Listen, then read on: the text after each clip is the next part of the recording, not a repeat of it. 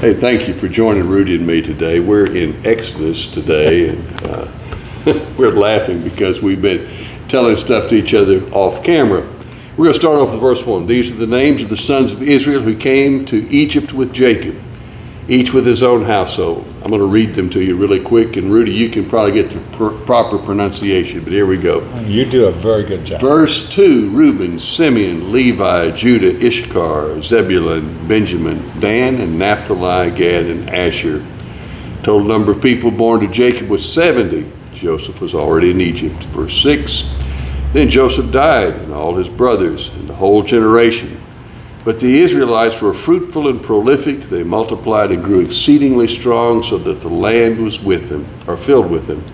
Let's just start right here.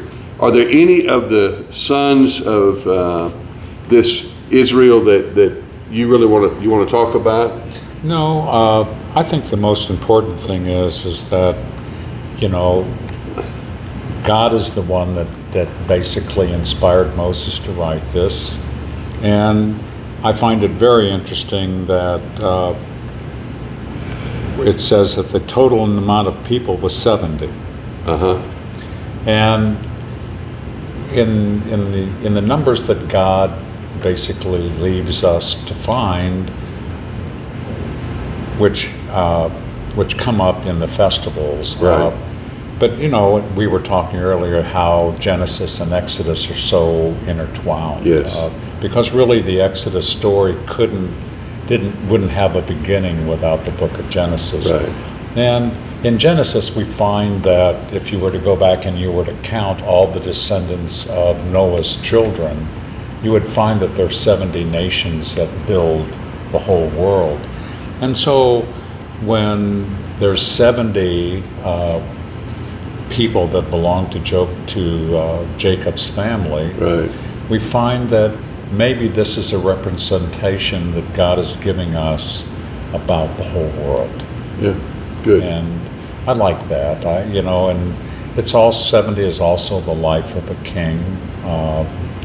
It's also the number for the Sabbath. And there's a lot of, there's going to be a lot of numbers that get originated in Genesis that help us to understand God a little bit better. Got you.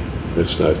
So I'm reading a commentary on, every time we do a new study, I read a new commentary, and I have one by Derek Kidner, and I read his material when I was in seminary. And he tells us that in Hebrew, this verse 1 starts off, and. So the first word is an and, because he is continuing what he was doing in Genesis. So Exodus, according to Kidner, I think it's a beautiful statement. Exodus is the fulfillment of the promises that God made to the patriarchs, the fathers of the children of Israel in Genesis. And I pulled one of them out. I'll read just a verse. This is Genesis 17. By the way, I have notes that help me because it's big print, and notes that I could add some stuff in without having to find it in my Bible. But in Genesis 17, God says, I will make my covenant between me and you and make you exceedingly numerous.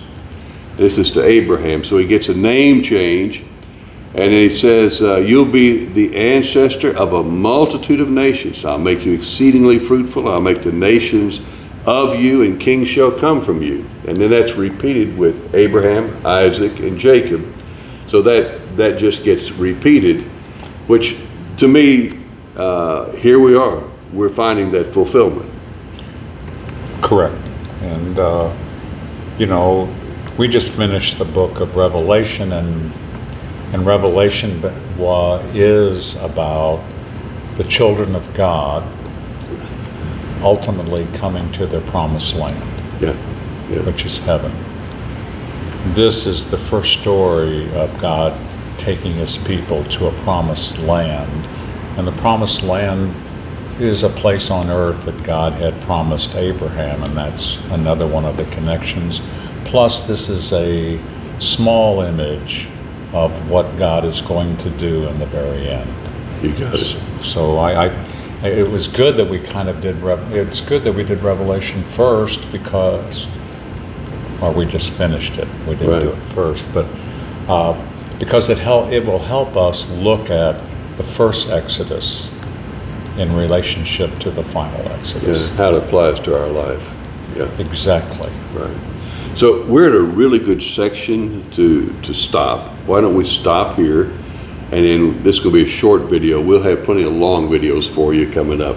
But why don't we stop here, Rudy, and pray, and then we can pick up a new section in the text tomorrow, okay? Pray for us, would you please? Father, we thank you for your mercy and your grace. Father, help us to see how you never change. Yeah. Help us to see that you are the ultimate teacher. May we see clearly, Father, your fingerprints in history in Jesus' name. That's right. Amen. Amen. Rudy, thank you so much. Thank you all for listening. I'm excited. I told Rudy earlier, I said, I'm always glad to finish a book, and I'm always glad to start one. So looking forward to this one.